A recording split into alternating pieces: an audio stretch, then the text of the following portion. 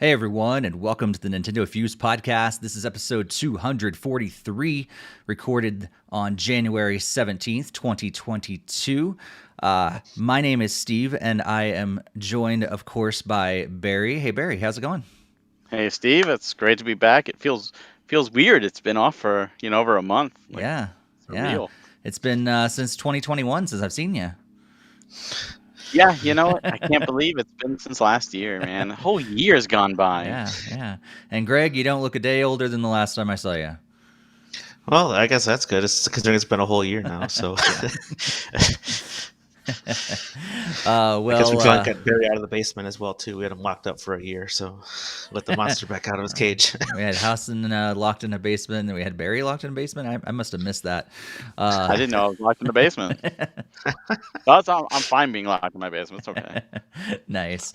Well, today we're going to be talking all about our 2022 predictions. Always a fun show to kind of speculate a little bit, but there's a lot of other news that we're going to be talking about, some different things that have popped up recently. We're also going to show off a little bit of our holiday hauls, some gifts that we either picked up for ourselves or we received over the holiday season. It's always kind of fun to see what everybody got, and yeah, I'm sure there's probably going to be some other things that pop up, and we'll be talking about as well. Games we're excited about playing this year, but before we get into any of that, we just want to thank you guys for tuning in to the podcast. Some of you have been with us for a really long time. Some of you might be your first time at the NintendoFuse Podcast. Whether you're watching us live, whether you're watching us after the fact, you're listening after the fact, we thank you so much for joining us, and all the chat room.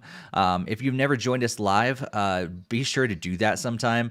We go live every other Monday when we're not on a holiday break, so it's a great time to just jump in and join the conversation. We'll be interacting with the chat throughout the episode. It's already going live. I'm having a hard time keeping up already. So many people saying hi.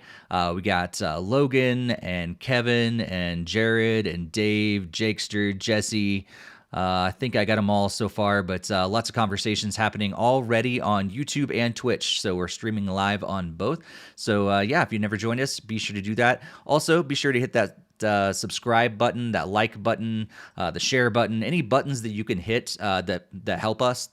Just do that. And that'd be awesome. If you can leave a positive review, that always helps us as well. And if you've not joined us on social media, it's another great place to connect with us in between episodes, to stay up to date on all the latest news and rumors and speculations and all that stuff that we have. Be sure to follow us at NintendoFuse on Twitter, Instagram, and Facebook. And also, we have a Discord that we would love for you to join. It's a great place to just join our community of Nintendo gamers over there. And the link is on the screen if you're watching the video version, but also that link is going to be in the show notes, the YouTube description. So you can just click that, hop right over into our Discord. We would love to have you join that growing community over there, and yeah, it'd be a great place to join us.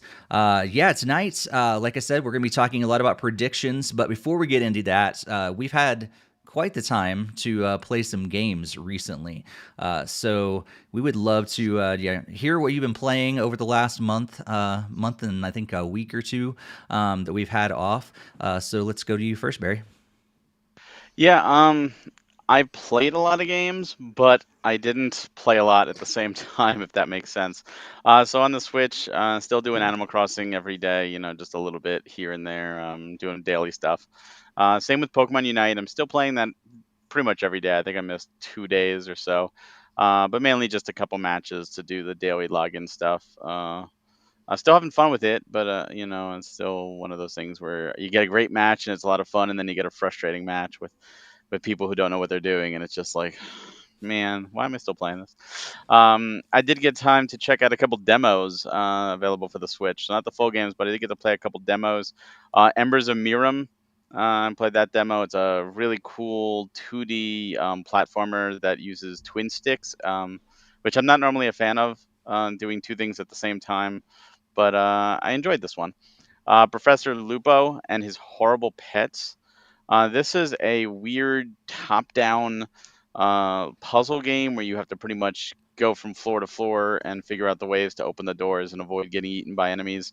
Really weird. I actually played this handheld because I was told like, oh, play it handheld, there's touchscreen controls, it's easier. So I did that way.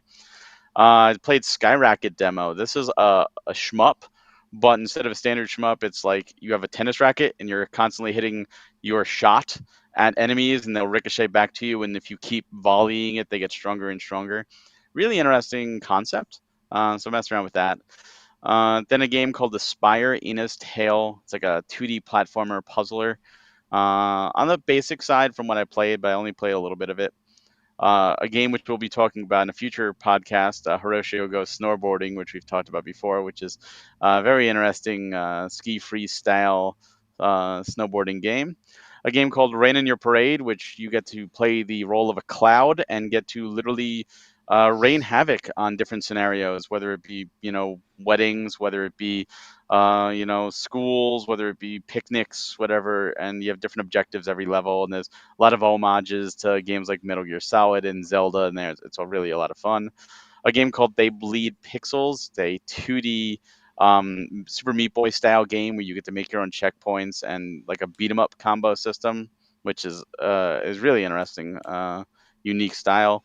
The Letter, a horror visual novel, which I will be talking more in depth here very shortly. So I won't go much into that.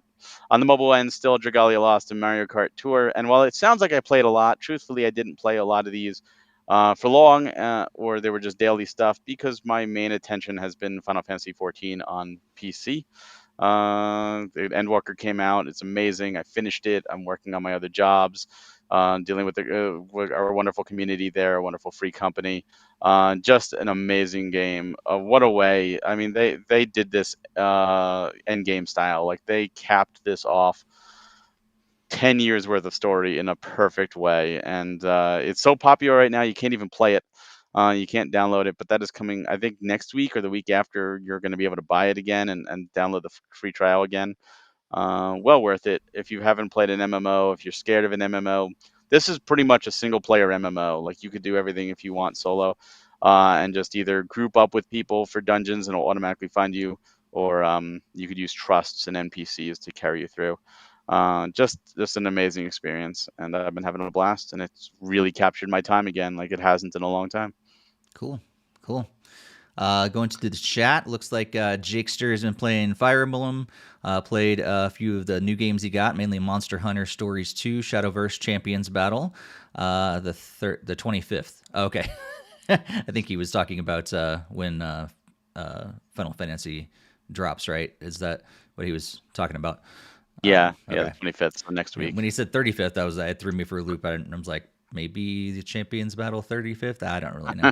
But yeah. So yeah, let us know what you guys have been playing in the chat. Looks like Kevin is also playing Riddled Corpses EX from Red Art Games for Christmas from the wife, and so close to completing it, but that last stage is brutal. Also finished Trigger Witch before that. So you guys are, Greg and Barrier, big fans of Trigger Witch. Trigger Witch is great. And so let us know what you've been playing, and we'll shout it out during the show as well. Looks like Dave just dropped in. He's been playing Kirby Star Allies and Ocarina of Time 3D, which is pretty awesome. Greg, what have you been up to? I actually got quite a list this time, so there's a bunch of games. My daughter really cashed in this holiday season, and then she even got a few games celebrated for her birthday yesterday that have already been thrown into this list. So it's quite a lengthy one. So let's dive right into it.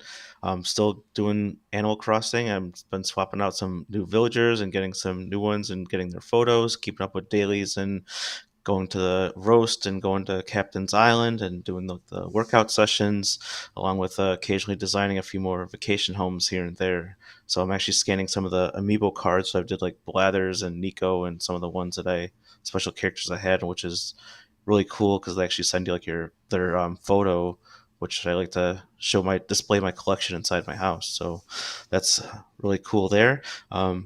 I did get a chance to fire up with the golf because my daughter saw it on like the back of my list of all software at the bottom, and then I wanted me to finish up my session after she had played like the first couple worlds in her own profile. So I went back and got the full 100% and did like some of the new courses that they added through DLC, along with finishing like the main campaign that I didn't finish however long ago that I last played it. All right, moving on. So, like yesterday, she got new Super Mario Brothers U Deluxe for Switch. So we've tackled the first couple worlds for a few hours this afternoon, and that's a lot of fun. And having getting to deal with all the controversy around Toadette transferring into Peach in the middle of the game. So like, it's kind of interesting that there's like that crown power up that does that transformation, and kind of sad that the other characters can't get it. So I was like, hey, I want to be Peach. Nope, only Toadette can pick up the crown. So kind of disappointed about that, but I guess that's how they made it. Another one that I had started today was the Mario and Rabbids. So I've been talking to a few friends, and some of them just started. They also like started playing this one for the first time, and I realized I had bought it like I don't know 3 years ago and never even played it. So I actually got through like the first like 1-4 levels, like a number of levels playing today, and that was a lot of fun. And we'll be continuing on with that as time goes on, I hope. Another big one we got for Christmas, both my daughter and I got, was Super Mario Party Superstars, the return to form for Mario Party, and that was really great to see the classic boards all remastered and redone, and all the classic gameplay and a lot of the familiar games from across the series. So obviously would wish that there would be some more boards, but hopefully that can come in like a DLC pack down the line. Did get a number of online matches in, but it was just like with friends, and that worked really seamlessly. We had no issues, no lag or anything, so that was very flawless, and was very impressed to see like how smooth it was. Let's see, moving on to one we got for Christmas. We got Pokemon Diamond and Pearl. I've been actively going through Diamond for the first time, as like Sword was my first Pokemon game. So I had never previously played Diamond, and my daughter Bella's been going through Pearl, and we're got the first few gym badges underneath our belt, and it's been kind of on a little pause over this last like week or so. We haven't really fired it up, so I'm hoping to further dive into that one, as it's been a lot of fun just seeing new Pokemon, and I have much better idea on how to collect them and everything after playing through Sword. So it's nice. It's like somewhat familiar but different at the same time. All right, and then another fun one we got was WarioWare Get It Together. We had a lot of fun playing co-op on that one, going through the entire story mode. So we beat the entire story mode. It wasn't very long. I think Barry said it was also kind of short, and wish it was kind of longer at times, but it was still a lot of fun. I did go back and get all this, every single mini game unlocked from all the different things, just so I had them all done. I don't think I was going to go through the other like achievement things you can get for points and maxing out all the characters. I don't know if I'll dive into that. Didn't think it was too much worth it going there. And then, believe it or not, I actually fired up the Wii U over break. I picked up Mario Party 10 due to Mario Party Superstars. So I was kind of seeing that it was kind of on the up for going up in price. So I decided to pick it up from a local disc replay, and even got through a number of Bowser Party mode. And that's actually not as bad as I thought it was going to be, because I know it's got like horrendous reviews and everybody was really hating on it. And I didn't think it was that bad, but obviously it could be a lot better like Superstars, but that maybe the hate's not fully deserved on it, I guess. I don't know how else to put it. You go in with lower expectations, it's not so Yeah. bad. Yeah, Exactly. that's very true. And then finally, still playing Fire Emblem Heroes on my phone, and logging in daily modes and ranking pretty decently over the holiday break. Cool. That's awesome. Let's see. There's There's some in been the chat There's there. been a lot of stuff going on in the chat while we wait for Greg to come back. Let's see. Actually, Barry, do you mind going through the chat while I work with Greg to see if we can get him back on? Sure. So Logan said that he finished Outriders. He wants to try Final Fantasy 14, so hopefully you get a chance, Logan. He's helping kids with Switch games as needed. Origami Kid, great game. Metopia and Luigi's Mansion 3. Good on you, Logan, for helping out your kids. That's awesome. Kevin really enjoys Trigger Witch, which is awesome. Awesome to see. Basement Dweller has beat Five Nights at Freddy's Security Breach on PS5. He says it was extremely buggy and should have been delayed, but it was very well designed and overall fun. Probably going to go back and platinum it after some patches. Jesse says he's been playing lots of Time Pilot, Raiden, the original traditional 4X Mikado remix. Guitar Hero Wii, there's a throwback. Galaga, Power Rangers on the Super Nintendo, and Mario Golf.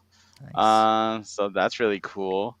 Yeah, and Kevin says thanks for the signed Amiibo book too, guys. It arrived safely, and it just got around to thank you. Yeah, thank you. I'm thank you for entering, and congratulations. I'm glad that it arrived safely. That's awesome. That's so cool. Yeah, and what's the guy's name that put that together? We can give another shout out if you guys want to check that Amiibo book out. I'm blanking on it right now, and hopefully, oh my God, hopefully Barry remembers it more than I do. But or maybe I'm Kevin can tell us. Maybe his book's right in front of us, and he can let us know as well. Like I knew it the second you said it, and then Right, it was like right. one of those. I'll find it in a second. But yeah, huge shout out to him, and looks like Iwata is also playing. Hi, Iwata is also playing There we go. Pokemon Unite right now. Paul Murphy. Paul Murphy, yeah. So Yeah, so definitely check him out. absolutely, yeah. If you're into Amiibo, oh, Kevin coming in right there, right after you, saying Paul Murphy. So yeah, if you haven't checked out that Amiibo book, make sure you do check it out. Give him some love. Hiawatha is also playing a great tournament on G4. Nice. Oh, wow. All right, cool. I have a longer list than normal as well. Give me a month and a half off, and I have some time to play video games. So I'll play Rocket League. Surprise, surprise. Rocket League on both mobile and on Xbox. But got some time to check out some other games over the holiday break. Went back to some games that I'd played before, like Celeste.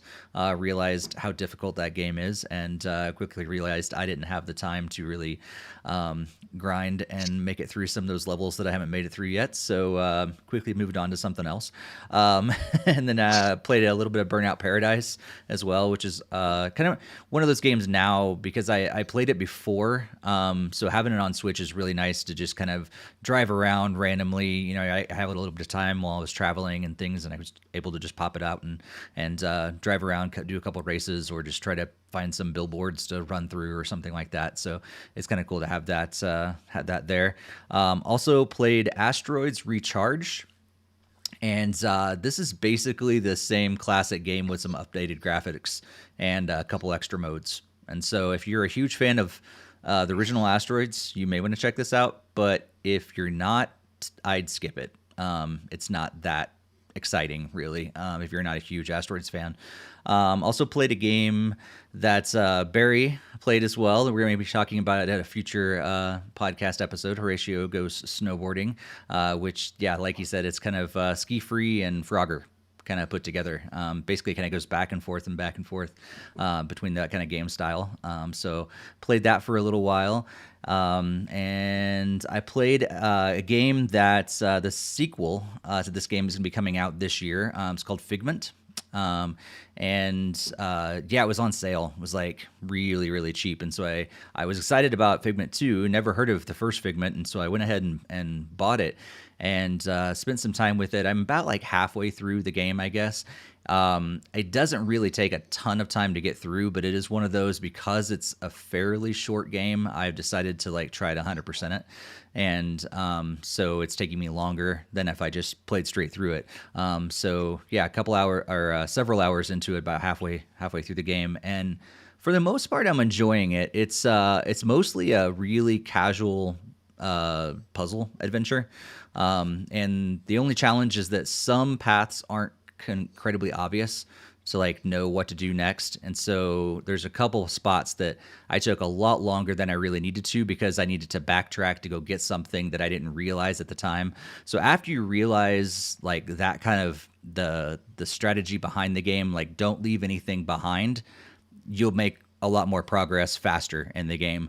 But if you don't realize that, you have to go backtrack to get some stuff that you might need later. So if you do decide to play Figment, make sure you take as much stuff with you along the way. That's all I'll say. I don't want to spoil anything, but yeah, it's the game did freeze up on me a few times, which was unfortunate. Luckily, it was never in important times. It was always when I was backing up through the menu, or like I had already made it far enough, and I'd pause the game and all of a sudden it froze or something like that. So it was never like really frustrating times, but it did freeze several times, which I thought was interesting. And then I played a game that I know Barry is a big fan of, and I got it on Switch for review, so I'll be reviewing it in the future, and that is Life is Strange: True Colors. And I've never played a Life is Strange game, but oh my gosh, am I a fan now? Wow. This storytelling, the way they storytell in this game is great. And it's like has this not exactly because most of the storytelling based games that I played in the past are more like point and click adventure kind of things that I don't enjoy because there's nothing for that for me. I'd rather just see it play out because I don't have to do anything if I'm doing like barely anything. But this actually, I feel like I play a role within it. I like take on the persona of the main character, and it's not super challenging necessarily, but it's I feel involved, and like all the decisions you make play out and everything. And so I played it for several hours, made it through several chapters, and decided to put it down. And was really excited to get back to it. And so a couple days ago, fired it back up, really, really excited. And there's this glitch that exists in the game, apparently with the save files, and I cannot continue the game. So I'm a few chapters in, and I cannot continue it unless I want to restart from the very beginning, which is really unfortunate. So basically I load the game up and it says new game. And I was like, no, I don't want to play a new game. I want to continue. And so I went to the save files, and you get 5 save files. And so I just went to another one. I was like, okay, I'm going to test some stuff out. And so maybe it just means they just forgot to put continue in there or something like that. So I don't want to overwrite my save file. I'm just going to start a new one, and then I'll play with that one to see what happens. And at that point, I started that one, played for just a few minutes, then backed out, and then all of a sudden I get load game and continue. Exciting, cool, I'm going to continue on. And it continued on that save file. And so I backed out, and I was like, okay, I'll try to load game. I loaded the game, my original save file, and continue is now gone. So I cannot continue my original save file. If I want to play the game, I have to restart from the very beginning and lose all those hours. And it wouldn't be that big of a deal if I wasn't trying to like go and collect things along the way and make sure I did certain things. And I think I remember most of the decisions I made. The save file is there, and I can see all the decisions I made up to that point. I'd have to write them down somewhere or whatever. So it's still there. I contacted Square. And I was like, okay, what is going on here and everything? Apparently that is a known issue, and they are working on it, but they've been working on it for a long time. Apparently it was existing on other consoles as well before the Switch, and back in October, November, I think was when people started saying things about it. And so they know it's an issue. Supposedly they're working on it, but they have not come to a fix just yet. So Jakester's saying that's why cloud games suck. This is actually like not a cloud game. I downloaded it fully on the Switch. So yeah, it's like it's integrated with the cloud, but it's actually not there. So Barry, I think you're trying to say something, but you're muted. Oh yeah, I did not have that problem with the PS5 at all. Okay. But I will say they're short. It's only 5 chapters. Mm-hmm. So if you were, you were That's probably about halfway closer. through. Yeah, halfway through. Yeah. I like at the end of every chapter, it shows you your decisions based on everybody else that's played it, so you can hmm see if you were in the majority or Oh, minority. that's the other thing. I can't because the Switch version, at least my version of it, I can't connect to the internet with it. It gave me an Oh, issue when I first tried to log in, and now every time I hit the button on the main menu to log in, it just basically reloads the menu, and that's it. So that's that another glitch. So there's two glitches that's I found. terrible. Yeah. Yeah, because that's part of the fun is like, hey, did I go with the majority here or did I was in the minority? And sometimes it's not just A or B. Sometimes there's like 4 or 5 different choices that you could do, and you can really see where it is. And sometimes it's even mundane things like, did you water the garden? You know, that you tended to the garden, you didn't tend to the garden, you killed the flowers, you made them bloom. Like, wait, I didn't even see the garden. I missed Right. that whole thing. It was a whole other option I could have done. Mm-hmm. Yep. Yep. DeRosset Myers just got here. Said, "Are you talking about Guardians of the Galaxy?" No, we're not. Actually, we're talking about Life is Strange: Two Colors. About some glitches in that, but maybe Guardians of the Galaxy's got some glitches as well. I do hope now that you've played this, though, I do hope you go back and finish it when the remastered collection comes out of Before the Storm and 1 comes out. I really hope you play that because I think 1 is one of those games that everyone should Hmm. play. Like it's I put it on that list of a game that everyone should at least experience. Yeah. Yeah, I love that True Colors is based in Colorado as well. So like all these things, like inside jokes and comments they're making, like I get that now. This is crazy. It's like talks about like areas or things that I know about.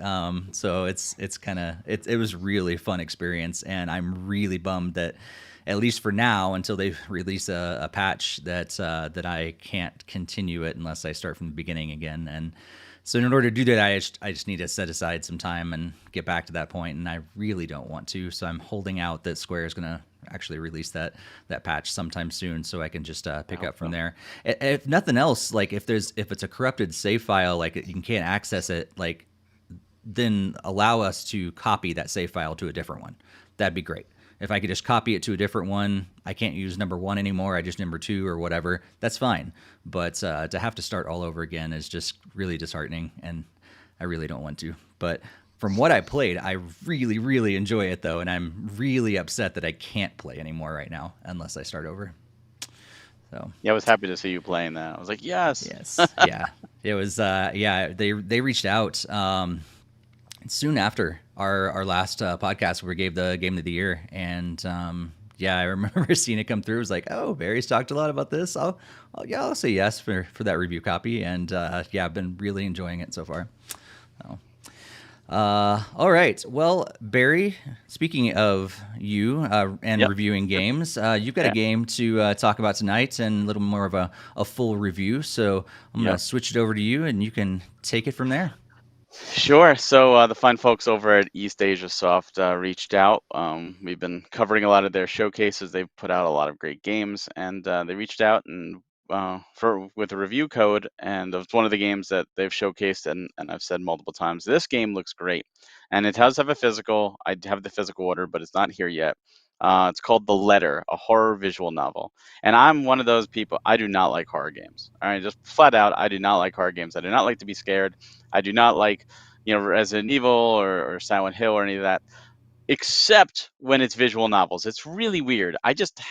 Zero Escape, stuff like that. I love visual novels, and when they tell a really compelling story. And this looked really cool. So I'm like, all right, I'm gonna go into it. If I'm a little scared, I'm a little scared. If it's too much for me, I'm gonna back out. And this is a really unique visual novel in the way it's set up. So just for background, it did come out last month, December 15th, 2021.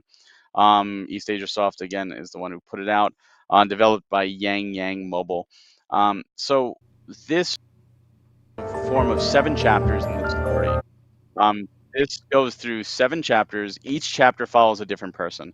And the unique thing is that while you're with the person, the all the events stack. So you will see a branch, you will see like a tree of each character as you get to each chapter, and each chapter does get longer. So it's one of those things where it's like, wow, I did chapter 1 and it was like 45 minutes, and I did chapter 2 and it was like, all right, about the same. By the time you get to the last ones, it's like hours, like they get really long. And a lot of the reason it's long is because it's all based on what you've done in the previous chapters. So this game takes place over a span of like 2 weeks. So you have this 2 week period of time, and while you're going through it, if you like, if you're in the first character and you have the choice to go to the office or go home, and you say, well, I'm going to go to the office, then when you play the next character, when it gets to that day, that character is at the office. So any decision revolving that, like if you wind up going to that place, you will run into that character. But if you had him stay home and you wind up going to that place, you won't run into the character. So by the time you're on the 7th chapter, it factors in all these decisions for 6 previous characters because they all overlap. And sometimes you will get a conversation repeated, but you'll hear it like the inner monologue from the other character. A lot of times you'll skip days. You literally will skip couple days, and you know what happens as a journal. Nothing really important with that character happens that hasn't already been shown. I like that. I like that world building. I like where your decisions truly matter. And the story behind this is you start off with a character named Isabella, and she is a real estate agent, and she is selling this Ermengarde mansion. And this mansion is an old from the 1600s in England, and supposedly is haunted. Of course, like these old haunted tales. So you go there, and while you're investigating, you're about to have an open house. You find this letter, the name of the game, and the letter literally just says, "Help me," in what looks like blood over and over. And then at the bottom, it's like, share this with 5 people or else. And it's like this old school chain letter, like, really, you're going there? And immediately after that, this creepy woman who we wound up calling the Grudge Woman because she's just like gasping like in the Grudge, which I was found out about from my wife because I didn't watch it, but we called her the Grudge Woman. She's like dripping in blood and like decay, and it was just like, okay, this is kind of creepy. And you get a quick time event, and you could choose to turn off quick time events if you want to. If you fail the quick time event, you die. But if you succeed, you run away. And she accidentally winds up showing this letter to all the other characters. And other people have apparently seen this letter. And everybody that's seen this letter outside the main characters, they start dying. They start like combusting in flames or all this crazy stuff happening. And it's like, what is going on? And all these people start, she's trying to tell people, and everyone thinks she's crazy, and everyone starts to see this girl. She starts appearing, and it's not like, oh, you're in the mansion, it's scary, I'm going to go home, I'm safe. You're not safe at home. She appears in people's dreams, she appears in the park, she appears all over in creepy scenarios. Like one character could be driving and looks in the back seat, and there she is, like grinning, and it's like really freaky stuff. And I loved it. I thought it was really well done. It kept me on the edge of my seat, and I did complete the game. And again, you can have the characters die off or you can save them, and I beat them with everybody alive. And then I found out after doing so that there is an actual true ending to the game. And there's a whole backstory of who this woman is and what's going on. And you get these memories of a character dies, you get these memories of the past and the true nature of what she is and what her story is. And I haven't seen that yet, so I can't talk about it. And even if I did, I wouldn't spoil it. But it was enough for me to say I want to delve deeper into this world. I really felt the characters. There's a relationship meter, so you can wind up having characters get together, or you could have characters wind up, just being friends or even enemies and have them kill each other and go against each other. Like, it's really, really cool. So every decision you make, will have positive or negative effects on different characters. And it's just an ensemble cast. It's just really well done, better than I expected, longer than I expected. Really excited for the physical to come out. And it's one of those that if you like visual novels, if you like the horror stuff, if you like, good storytelling, like I want to sit down and just be in this atmospheric, good story setting. This game, it took me by surprise. It was way better than I expected, and I highly recommend this game. And I thank you very much, Eastasiasoft, for providing code. Even though I already gave you my money to purchase the physical, I gladly would double dip on this, even if I didn't already have the physical, because it's that good. I would want this on my shelf. It is a really compelling, fun experience, and I just recommend it. Nice. Yeah, thanks to Eastasiasoft for providing that. They've been putting out a lot of games. We're going to be talking about them pretty soon tonight.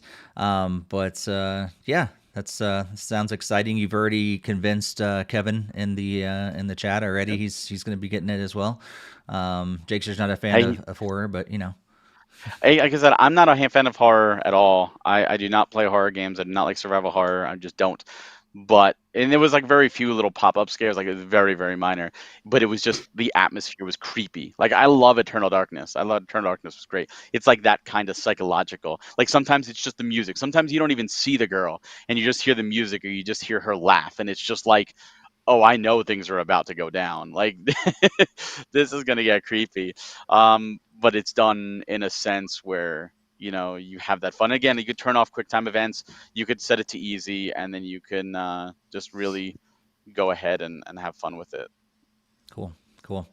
DeRoss Meyer says, "Thanks for answering my question. I got to run, but this is an interesting podcast, so I'll probably be back later." So yeah, thanks so much for joining us, DeRoss. Yeah.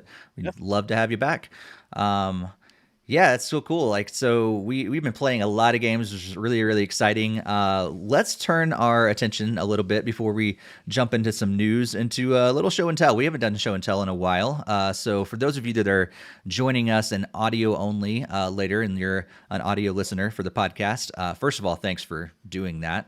But we'll do our best to describe what we're showing off tonight, so that you're not completely left in the dark. But if you haven't checked out the video version, head over to NintendoFuse on YouTube, and you can check that out later to actually see what we're talking about. Yeah, maybe you got some gifts this holiday season, or maybe you picked up some stuff for yourself over the holiday season. So I'd love to, again, show those things off, see what we got, and kind of have a little fun around that. So Barry, how about we kick it to you first, and you can show us what we got. Yeah. So I'm my wife and I were kind of in that period where we're not really getting each other gifts, or if we do, we do house gifts. Last year we did the TV. We got ourselves a new TV and sound bar and all that. Upgraded our entertainment center. So I'm like, this year we're kind of in the same boat. We're like, because when you're going for a full Switch set, you're getting the games. So it's not like she can go to the store and just get me a Switch game because I already have them all. And if it's something on like the PlayStation, it's something I want to play. I'll grab it or in advance, or when the sales go, I'll follow the sales. So we really didn't exchange gifts. Well, I gave her some stuff, but I didn't ask her for anything. But my dad hasn't given me anything in a while, and I'm in this weird eccentric collector area where the stuff I go for now are just really hard to find. It's kind of thing like I can't give you a list of what I'm looking for and expect anything to be given to me because I can't find the stuff. So I don't expect you to. But I wound up finding something, and I told him about it, and he's like, "Well, I'll just pay for it. It's easier that way." Like, here, you could have it as a gift. So I did get it as a gift. And one of the rabbit holes that I've gone down lately in my collecting field is I've fallen in love with this story. And whenever I fall in love with a story, it's usually because it's something that I hadn't heard of before in gaming. And when there's something I haven't heard of before, it captures my interest because I try and stay on top of things and I try and be in the know. And I don't know everything. I will never claim to know everything. So whenever there's something new, it's exciting. And I fell in love with this story with South Korea. After World War II, South Korea did not want anything from Japan. They did not want any Japanese products sold. They were mad. And they had a law outlawing it. You couldn't have Japanese products.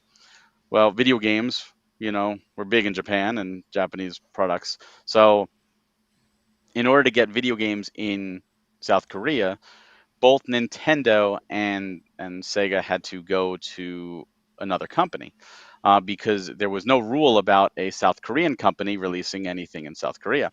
So they had to go to a South Korean company each and get a South Korean company to manufacture and put out their consoles. So for Sega went to the company Samsung, which you've probably all heard of. And so Samsung Sega consoles exist for like the Master System, the Genesis, the Saturn, stuff like that, Game Gear. Really cool stuff. Where Nintendo went to the company Hyundai, which you also probably know about. So there's Hyundai, Nintendo, SNES, and 64 Game Boy, stuff like that. And unfortunately, the South Korean culture, they don't keep things. So when they don't need something anymore, they just throw it out. So when you're dealing with consoles from the 80s and the 90s, a lot of this stuff unfortunately has been thrown out. So it's very hard to find some of this stuff. But I still look, and it's like, no, as a collector in me, now we got the hunt going. You tell me I can't find something, I'm gonna find it. I'm gonna do what I can. So one of the things my dad got me, which I'll showcase here, is actually really cool. It is the Hyundai Nintendo 64. So from the front, it looks just like a standard Nintendo 64. We all play it in America, no big deal. But when you turn it on the side, it says Hyundai Comboy 64 because they didn't call it like the Nintendo. It was the Comboy over there. So the Super Comboy, the Comboy 64. And on the bottom of it, where it would say Nintendo, it says Hyundai right there. Everything is in Korean because it was in Korean system. Even the sleeve there, for the port for the 64DD, which of course never came out, but it was still there. But yeah, it was just really cool finding one of these.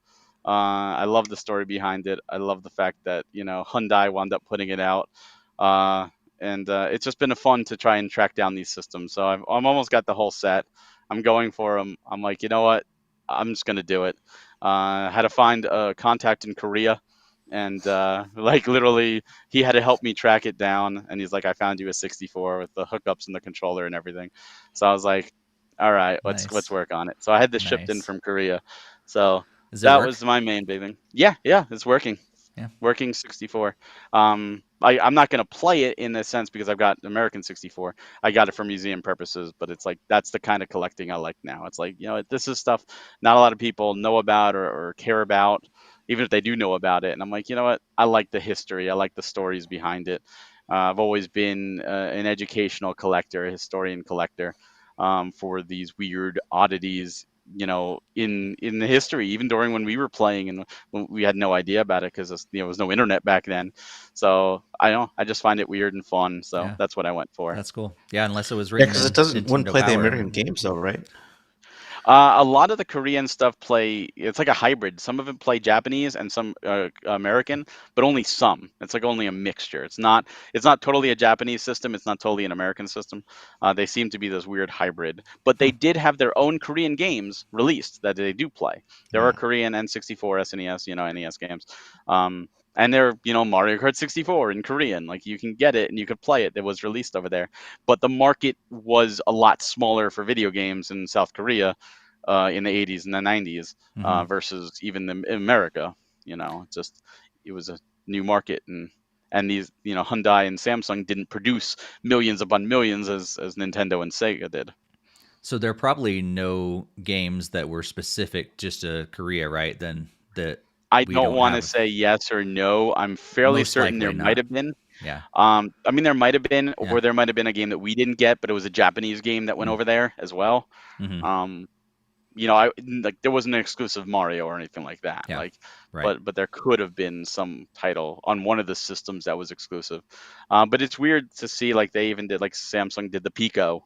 Like of all systems, like let's do the Pico over there. Like I don't know, I just find this such a fascinating story, and it's like Pokemon now. Like I'm just trying to get them all, and I'm almost there. I'm almost to them all, which Nice. is a crazy journey that I've been on already, and I'm hunting down the last few, and it's something I don't recommend people go for unless they're really diehard crazy like myself.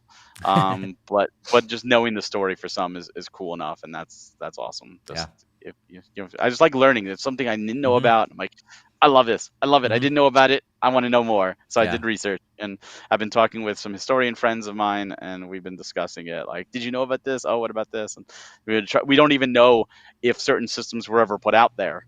Like we know the Pico was, but we don't know if the Sega CD was over there. Like, did Mm-hmm. that come out? We don't, like there's no records of it that I'm been able to find. So it's just speculation at this point until something shows up. Nice. Nice. Well, I just enjoy knowing someone that has one. So I know, right? yeah.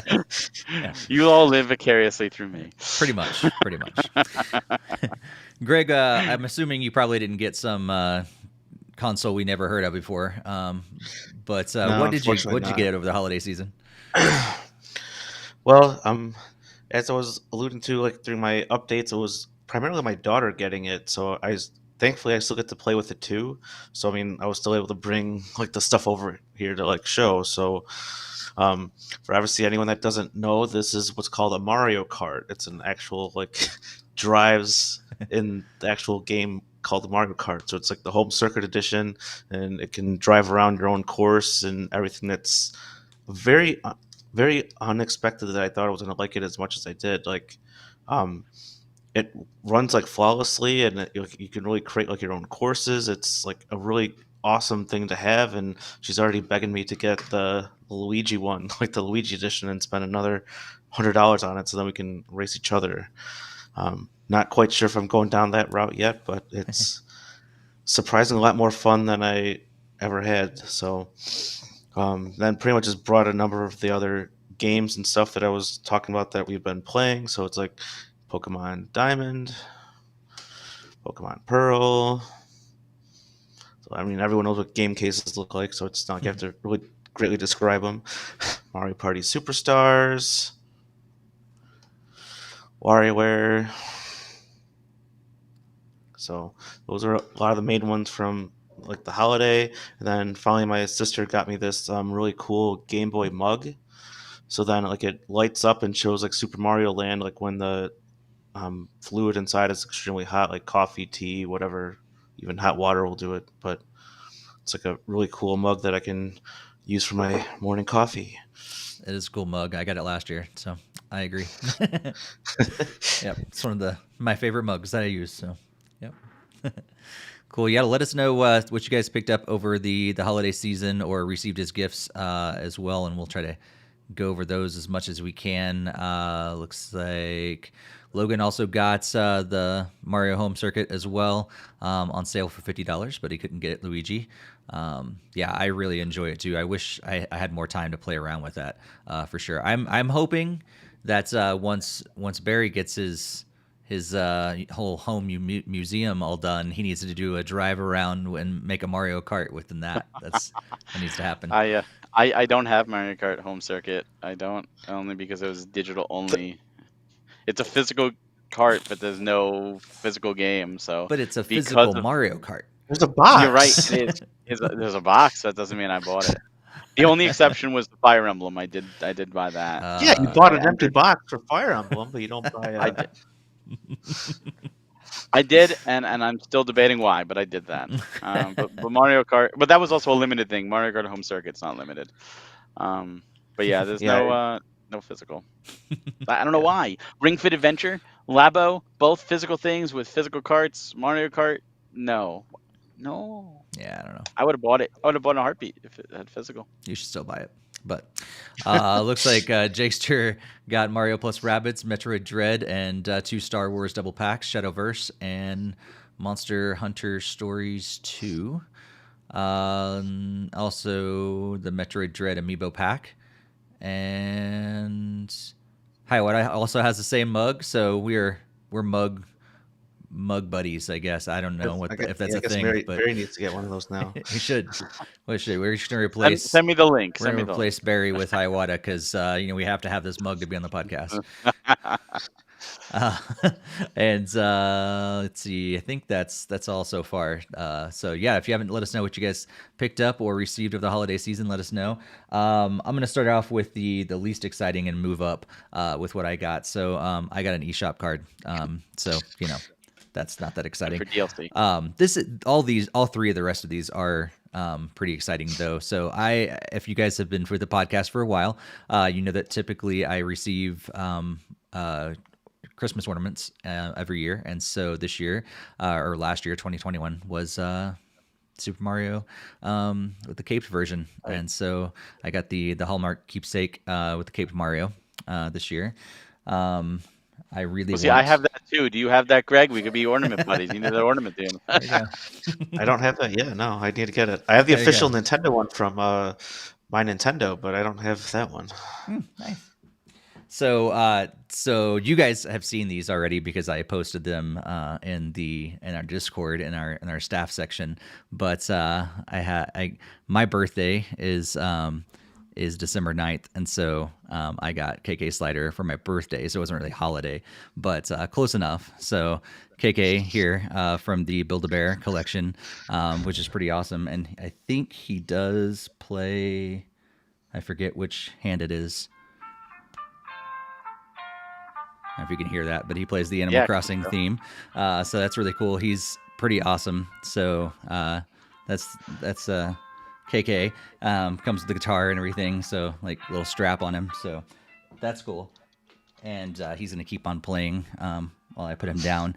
And then I also got the Yoshi Build-A-Bear for Christmas. So my wife was really nice to me this year and got me 2 Build-A-Bears. So I got KK Slider and Yoshi. Yoshi doesn't play any music, but he's still pretty awesome. So for those of you that are wondering, the size of them, they're roughly the size of my head, a little bigger actually than that. So they're pretty awesome. They're pre-built. I think both of these, you can only get online, so you can't build them yourself.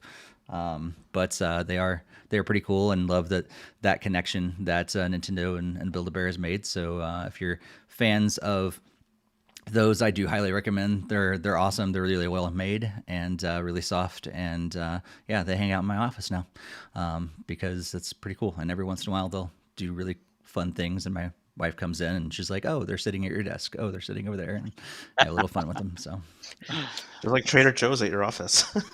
They move around like a little monkey that they have, like Curious George. They move around my local Trader Joe's. Nice.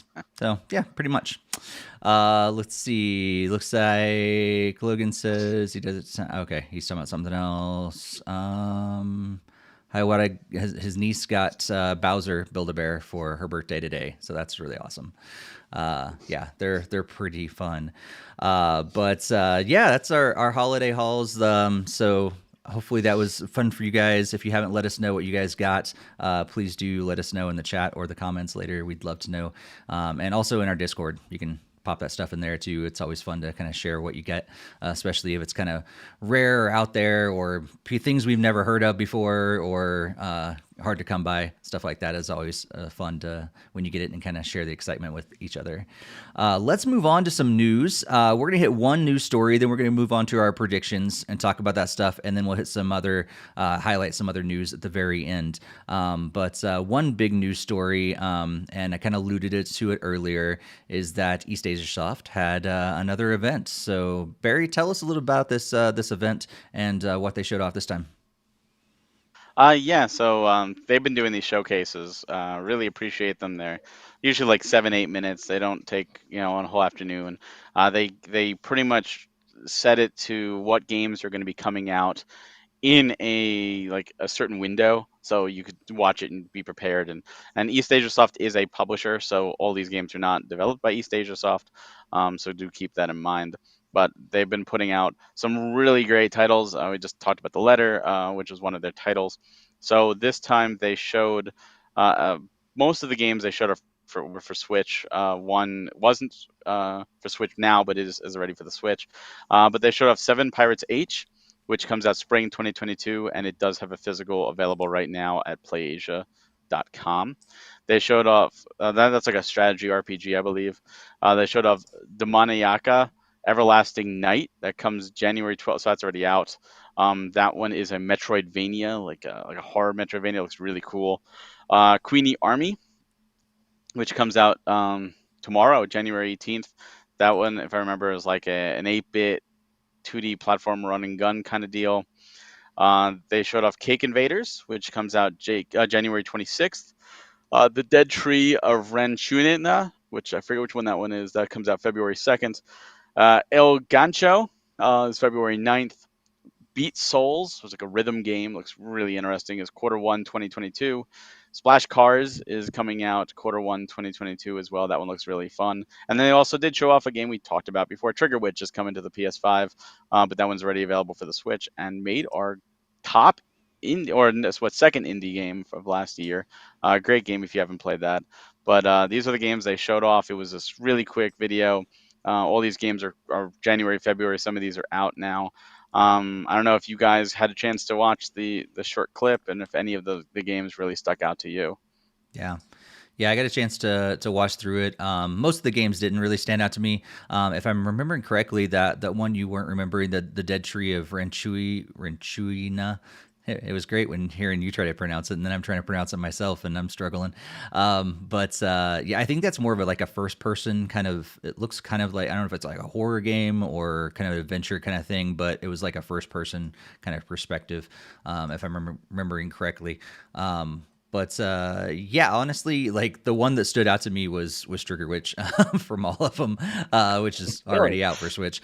But there, it's exciting, it's interesting. It seems like for the most part, it seems like Eastasiasoft like has this niche that they keep going after, and they keep putting games like in like this similar kind of style, similar genre, I guess is kind of a way to put it. But then all of a sudden they turn it like that game, or like Beat Souls, or like Splash Cars, and it's completely different. And so they continuing to put a lot of the, like, change it up a lot, which is really exciting, because I think that typical style that they had been going for a long time, that a lot of those games fell into, wasn't really doing it for me. But I love to see they're playing around and putting some more games out there. And so I think they're gonna miss a lot of times with me, but every once in a while they get some great stuff. And like Horatio goes snowboarding is fantastic. But little preview of our review in a couple weeks. But yeah, nothing really stood out to me. What do you think, Greg? I actually did watch the event, but I've been following all the press release. So it's like I saw like the email for Seven Pirates H, and I was actually pretty interested in that based on what I was reading like about that as an RPG title.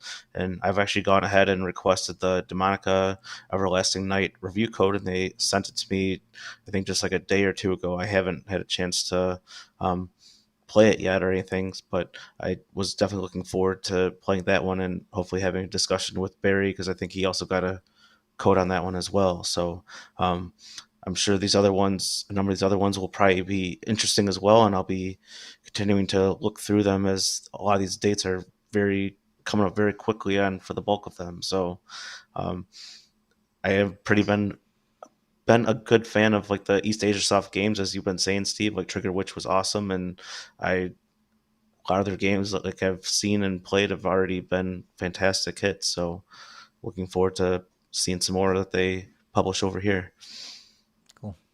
Cool. Yeah, Barry, what stood out to Yeah. you? Yeah, Demonica was the big one. When I saw that, I was like, "Oh my God, this looks amazing!" And when the email came in for the code, I'm like, "Yeah, I'm going for that." So that is one I do have the code and have it downloaded, so I'm ready to jump into that. I wanted to finish the letter first, and I have one more Eastasiasoft game actually to do first. I got that Beatnik City, which looks really cool. That like the 2D beat 'em up. That's like pixel art. Splash Cars I remember looking really cool. Seventh Part of the H I do have the physical, but I think it's another SRPG. So like that's Greg's forte, not mine. I do have the physical pre-ordered to support him though. And Queenie Army also looked kind of cool. That's the 8-bit one. I know codes went out for that. I did not request one, but I don't know if either of you were gonna go for it. But I like what they're doing. They're really become this new platform for a lot of small indie studios, indie titles, and it's not like low budget titles. These are some really great games, and a lot of them they are bringing physical too, which is fantastic. So you're getting both avenues, and they've been exceptional with us. Very very generous with the codes. Very happy with our coverage.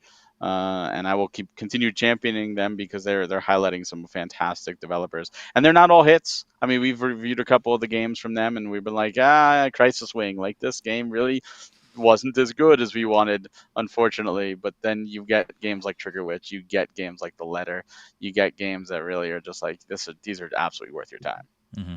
Absolutely. Well, let's move on, and let's actually talk about some predictions. But before we jump into 2022, it's always important, just in life in general. Today, let's get a little serious for a second. We are recording live on Martin Luther King Day here in the United States. Very important to always, look back to the past to learn from our mistakes in the past. We are, all of us here at NintendoFuse believe that we are all equal. We should be treated equal, and all those things. So things that Dr. King stood for. So it's important to look back to the past, learn from our mistakes, and then move forward. So in a not so serious way at all, we're going to look at our past mistakes of our predictions and how did we do in 2021 predicting what was going to happen in this craziness of the last couple years. Did we actually do well or not? So let's just go down the line and kind of give yourself some scores. Out of our 5 predictions, how well did you do? How many of you got correct? And all that thing before we jump into 2022.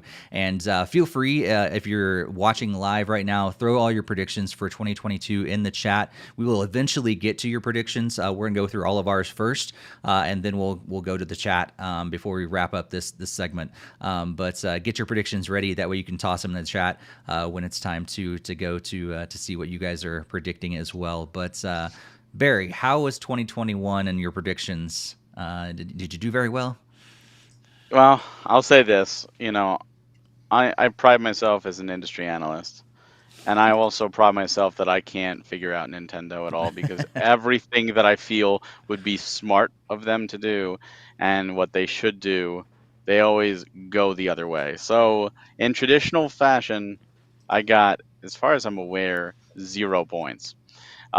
So what I predicted, quickly run down, I predicted that the Switch Pro would come out in March to go with Monster Hunter Rise and Balan Wonderworld. Switch Pro would go on March 26th. I guess I can get a half point because the Switch OLED came out, but it didn't come out in March. I said love that Nintendo you connected it with Balan Wonderworld. I know I did because Balan Wonderworld looked terrible in the Switch footage. So I was like, oh, they're gonna have to do that. Actually, we also talked about games we were looking forward to, and Balan Wonderworld was one I wrote down. Sad day.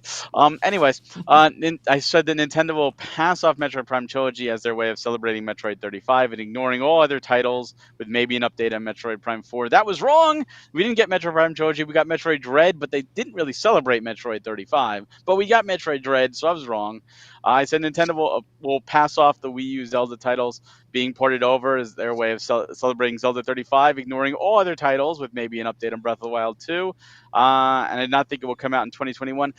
I guess I'm going to give myself half a point because they didn't give us the Wii U Zelda titles. They did do Skyward Sword. They did give us an update on Breath of the Wild 2, and it did not come out in 2021. So I'm going to give myself half a credit there because I was right in the second half and I was wrong in the first half. It said after the purchase of Next Level Games, they're going to decide to open up their wallet and buy at least 2 more studios. Well, that didn't happen. They bought nobody. That's a complete wrong. And I said we will see something new from Monolith Soft, as well as Xenoblade X coming over. Monolith Soft was quiet. We saw nothing. So, what is that, 0.75 of a point? Maybe that might be I'll say 1 generous. point because Switch Pro is a Switch OLED, so I was 0.25 of a point and a half point. So I 0.75 out of 5. Nice. I'm rocking it, man. That's what I did for 2021. So hopefully you don't come here for our predictions and actually expect anything to happen. Greg, did you do any better? No, I actually managed to do worse, even though Barry's still under a point. 0.75. Yeah, I put myself at about 0.25 because, again, I had the Switch Pro announcement stuff, but I gave it a quarter point for OLED because it's not quite the Pro. I was kind of more thinking it would be closer to the new 3DS XL or whatever. At least gets a spec boost and not just a fancier screen kind of update. So that was the only place where I got any sort of credit. So the second one, I was thinking that we're going to do Fire Emblem Echoes game. Obviously got absolutely nothing there. I mean, I know we got the localization of the first one very briefly over the wintertime, but I don't even want to count that because the Echoes is kind of an actual series that they wanted to remaster, remake the older games and bring them here to the West.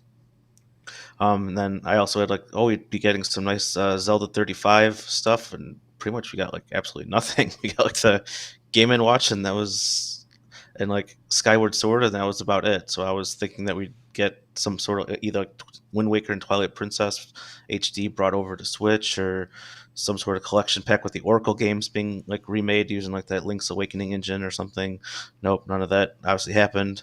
And then I even had like, oh, maybe even Breath of the Wild 2 will be out over the holiday. Nope, not even that. So all that was basically just shut down, disappointment. Number 4 was I was kind of reaching, thinking like they would actually do something to celebrate Donkey Kong's anniversary. Nope, they didn't really even want to acknowledge that he has an anniversary either. So big nothing there. And then finally, I was really grabbing at straws and like, oh, maybe they'll actually talk about Pikmin 4 with the success of 3 Deluxe and all that stuff we saw going on. Nope, not radio silence on Pikmin. So that's what I was saying. I get like 0.25 points, and again, I wouldn't buy any lotto tickets based on like a track record from. Wow, Greg, you last make year. me feel good. Yeah. I thought I was going to have the worst. Yeah. Well, here's a crazy thing. I actually went what I thought were safe predictions last year. I remember actually talking about it and like, hey, I'm going to go safe this year. I'm going to try to get as many as I could. I still think I ended up with about the same score as you guys. Yeah, I talked about Switch Pro that would happen in 2021 as an enhanced version of existing hardware. So you guys are giving yourself a 1/4 point for OLED. I think it kind of, I did specifically say Switch Pro though, but I did say it was enhanced. So, we got a slightly enhanced one, better screen, that kind of works because I need points.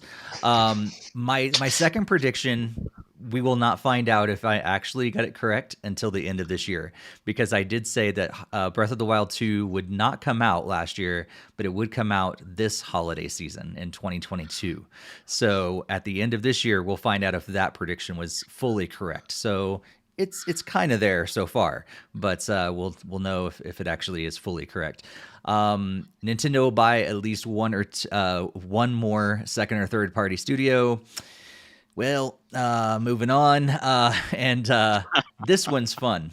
Yeah, this one I completely got wrong. I said that GBA games would be coming to Nintendo Online, but not 64. Specifically said not 64, but only GBA. And we got 64, but no GBA. So that was fun. And I also said new Star Fox game. That was really just what I was hoping for. And of course, that didn't happen either. So yeah, I got a 1/4 point, maybe a full point, but we have to wait on that one. So not so good, even with safe predictions this year. Last year. So yeah.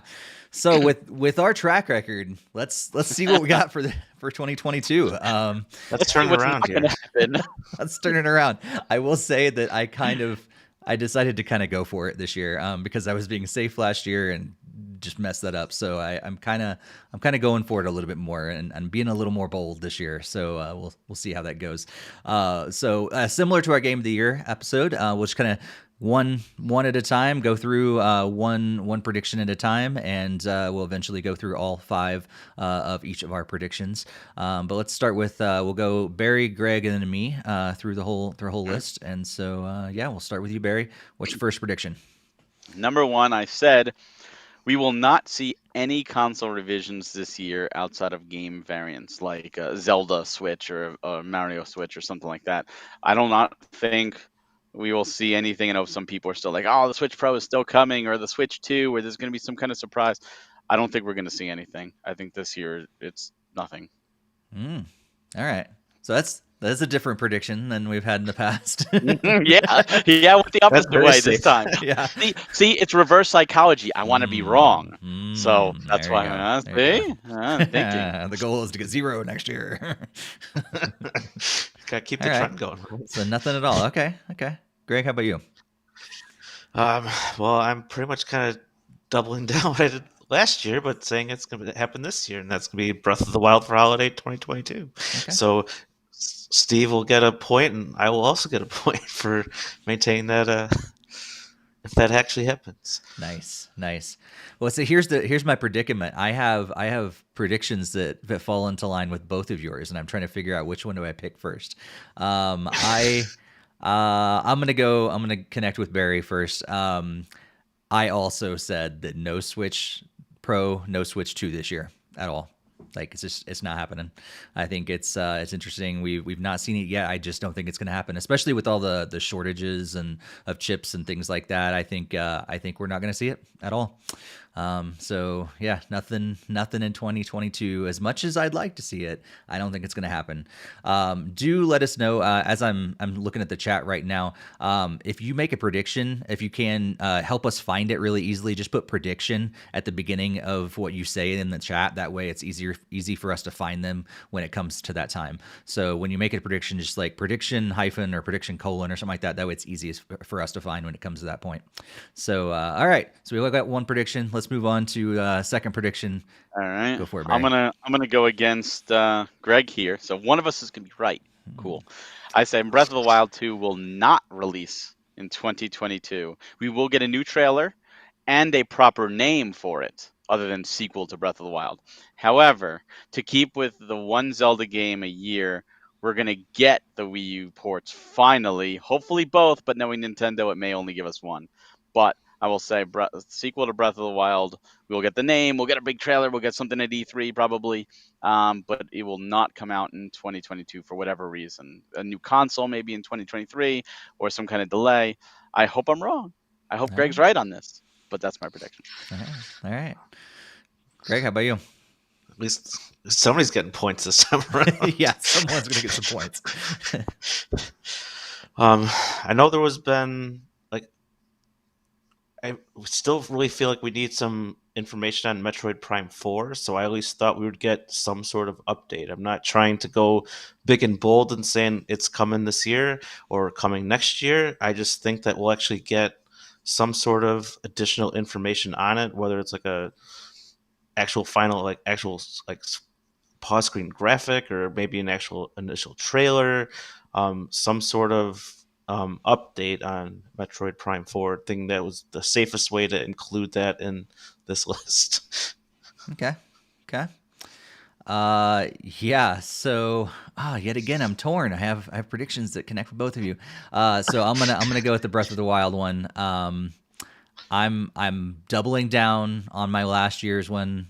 So if it happens this year, I get 2 points, one for last year and one for this year.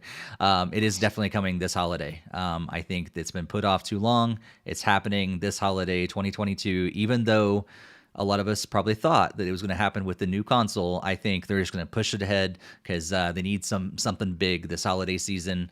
And it's going to be Breath of the Wild 2.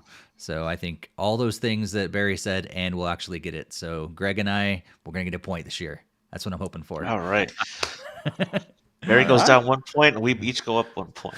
There we go. Hey, everybody wins. I want to be wrong on that, but I'm trying to go the other way. So I'm going to go off Greg here.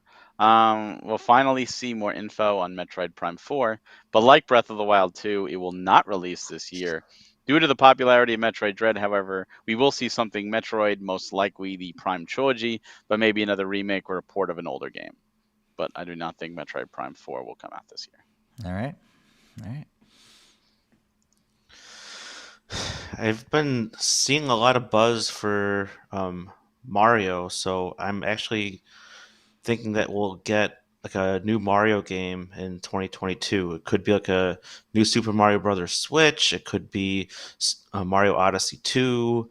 I'm leaving the doors open for like a platforming type of Mario game, not like a sport, specifically calling out not like a sports game as a part of this one. So I'm thinking that Mario will have like a new adventure to go after Bowser and rescue his famous Princess Peach again.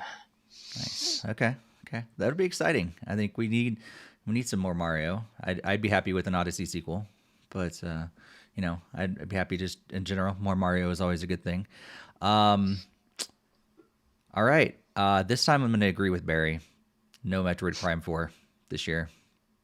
I think it's not going to happen. I think that's why I think Breath of the Wild 2 is going to be pushed. That'll be the big holiday season. I think Metroid Prime 4, I am going to say, I think next year. I think it's a safe bet. I hope next year because it's been too long already. But I think Metroid Prime 4, as an addendum, kind of a side thing, hopefully maybe they do release the Prime trilogy to hold us over, but that's more of a hope, not an actual prediction. The prediction is that the Prime 4 will not happen this year. Again, like Barry, I hope that I'm wrong, but probably going to be right. That no Prime 4 this year. All right, and number 4, I'm gonna again follow Greg here. I think there will be a new mainline Mario title this year, however. So no Breath of the Wild 2, no Metroid Prime 4, but I do think a new mainline Mario title that most likely will be an Odyssey sequel, but it could also be a new Super Mario or a brand new style, something like Bowser's Fury. But I do think we'll see something new. It's been long enough for another Mario title. And I think that might be the big holiday title. But I'm not predicting when in the year it's coming, just sometime. All right, cool. And even kind of expanding on Mario, I did have a second part prediction, and actually will think that Mario Kart 9 will actually become real this year. So I have that separated completely from the Mario Adventure game. I think it's time to see Mario Kart 9. I've been hearing and listening to a number of buzz, thinking that it's coming out like this year, and I don't know if I want to be bold enough to say it will come this year, but I'd like to at least say that we'll, at the very least, I would get some sort of information or trailer or tentative like release schedule for window for next year if it's not this year at all. So I was thinking that Mario Kart 9 will be real and Steve's formal website will be legit again. Yes. I don't. Do I still own that? I really don't know. No, I if thought do. they reclaimed that from you. Oh, that's true. Nintendo got it back from me. That's right. I forgot about that. That's why I don't remember seeing it on my URL list. Don't want to be so bold to claim. Not sure if it's gonna happen this year, huh? Even with all those the rumors and the leaks and all that stuff recently, huh? I don't know. I mean, I feel like I've always predicted Fire Emblem because there's a lot of leaks on that and nothing. We haven't radio silence, so I don't know if I should follow that same kind of path. I think that's why there could be something like in the January Direct or whatever that you normally get, but I don't know if I want to be super firm and say like yes, it'll be this year, because if it's Breath of the Wild 2 and a Mario title, that would be kind of like overkill for a lot of games this year, like really overpowering series all at the same time frame. Yeah. That is an unfortunate thing we have to sometimes think about when you have that many good franchises. You have to space them out if you're like business wise, which is really unfortunate because it'd be great to get the new Mario, Zelda, Metroid, Mario Kart, and Donkey Kong, Star Fox all in the same year. It'd be great, but it ain't ever going to happen. So. All right. Moving on to my number 4. I really think it's gonna happen, guys. GBA games are going to come to the Nintendo Switch Online this year. But not It's gonna happen. But I'm not gonna put a but on this one. I was gonna say but not GameCube, but who knows? Like it's probably gonna happen. They're gonna probably stick GameCube on there before they do GBA. I want you to say they're going to put Game Boy Advance games and they're going to remove the N64. Yeah. Well, they need to. But that's another topic for another day. But yeah, I would also really love to see, because they put Sega on there, like Genesis games on there. I would love to see like what other franchise or what other consoles could come. Like, could we see like Atari 2600 games on there or something like that? I mean, I know there's collections of them already, but that could be cool too. But I'm gonna hold GBA. But I'm excited about the possibilities that Genesis brings. Like, could we see other consoles down the line too? But my prediction is GBA. Dave seems upset that you keep wanting GBA over Game Boy. Well, I'm gonna I'll lump it in together. I think it's only because we saw like GBA games like on 3DS and stuff like that too. So I think they'll just go there. Like it'd be great to see Game Boy, but I think they'd rather put the colorized versions and stuff like that. No. My last one, I'm going to kind of repeat one from last year in hopes I'm right, is that we will finally see something from Monolith Soft. Will hopefully be Xenoblade 3, maybe a Xenoblade X port. And not retro. Ideally both. Yeah, usually I said retro, but retro is doing Metro Prime 4. So I did say, well, I predict we'll see something. But I like to see, Xenoblade has turned around Nintendo has finally realized it's an amazing series and they have faith in it. I do think a Xeno export is on the way. I do think Xeno. In fact, I know Xeno 3 is in the works because I pretty much stated, pay attention to Future Connected because it's going to lead into the next series or next game. But I do think we're going to see one or both of the games this year. I'm not going to say either of them are going to release. I hope they do, but we're at least going to see one or both of those. Okay. Something from Monolith Soft, actually. Anything from Monolith Soft, as long as that's it. My hope is Xeno 3 or Xeno Export, but we will see something from Monolith Soft this year. Nice. Remake of X. That could be. And then I'm going for triple or nothing here because this is a 2020 prediction, 2021 prediction. Time to bring it to 2022. Fire Emblem Echoes. Let's go. That's all you need to say. Refer to previous podcast. It's Nice. coming up an annual prediction now. It's because I really I've heard like all sorts of stuff that they're to do another Echoes game. It's gonna either be whatever Binding Blade, could be Genealogy of the Holy War, could even be like Radiant Dawn or like Path of Radiance or whatever. I really think that they're looking into doing another one, especially with the success of Three Houses, and obviously that's even been like 3 or 4 years now since that one. So it's kind of makes sense to have another like Fire Emblem game on Switch. All I right. remember when Project Triangle Strategy was first shown off. Right when it started, I immediately went into our Discord and I was like, Greg, Fire Emblem Echoes, like it's finally happening. And I'm like, oh, wait, no, wrong. Because I know you wanted it so badly. Yep. I can't wait for that game either. It's on my list to order soon because it's coming out just in a few months. But Nice. definitely looking Nice. forward to official Fire Emblem as well. So it's All right. Cool. I'm gonna pull one that we have predicted in the past. I don't think I have predicted in the past, but I'm pretty sure I know Barry has, and maybe Greg has as well. I think we're gonna see a surprise franchise renewal this year. Revival of something old, something from the past, something most people have forgotten about. And so like that's a kind of vague thing for it, but not a new Mario, not Pikmin. They're working on those kind of games. It's something that I'd say most people are like, oh yeah, I kind of forgot about that game. We haven't seen anything for a number of years in that IP. So I think We kind of what did would last year with Cruise and Blast. that's true. Yeah, I didn't predict it last year though. I know. It'd be great if I did. being like but- a Nintendo IP, or is it just being like any IP that's been on Nintendo? I think Nintendo's going to be the one that does it. That they initiate it. So it may be their IP or maybe something they are playing a big role in renewing someone else's. But I think they're going to be the ones that kind of push it. They're publishing it, that kind of thing. Okay. Nintendo So bringing out the new Halo. one last clarification: is Kid Icarus considered dead, or is that still kind of? I would consider Yeah. Kid Icarus to kind of fall in that, yeah, because we haven't seen it in a long time. Like 2010. yeah, like it's been over 10 years. It's been over 10 years. Well, yeah, I mean it's only like a previous console, so it's like that's. Doesn't matter. That Over is 10 years. true, but yeah. I meant like the immediately previous Ooh. successor. Switch. Dave also succeeded, said I guess. Famicom Detective Club. That's another one that came back last year. That is true. Yeah. So something like that. We're gonna see something, and like I've got a couple ideas. I'd love to see a new Punch Out, for instance. Like I think it'd be great to kind of bring Punch Out back. A new Kid Icarus would be kind of cool as well. But yeah, something from the past that they have not touched in a long time. F-Zero. Star Tropics would be fantastic, actually.